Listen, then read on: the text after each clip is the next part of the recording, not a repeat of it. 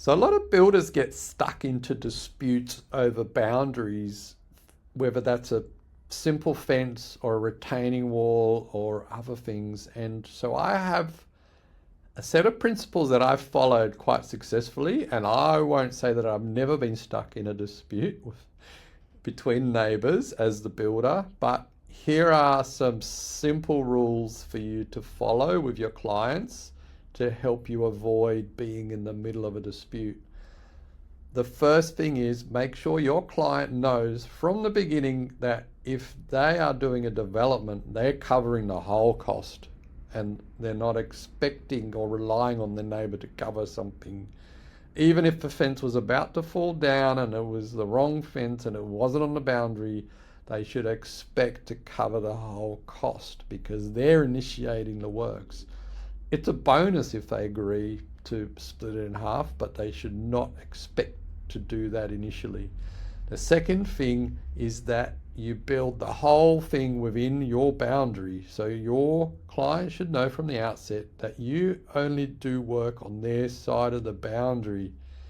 And that may require some pushback because they'll be like, well, we should really build it on the center, and when it was on the center before. And I say, when you build it on your side of the boundary, you maintain control over what you build, what height it is within approval limit or limits or council rules, of course, but you control what that fence is, what it does, which side the palings go on. And the thing that does really is it means that your neighbour doesn't have any control over what it is and is more likely to collaborate and cooperate with you because they know that the alternative is that you're just going to build it and it's none of their business.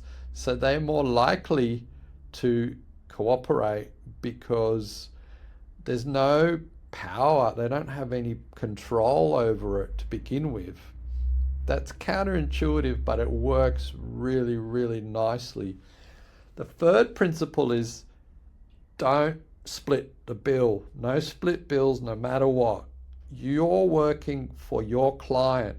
If they want to split the costs, that's between them and their neighbour. Do not contract separately to neighbours. Do not charge the neighbour half and your client half. Really important.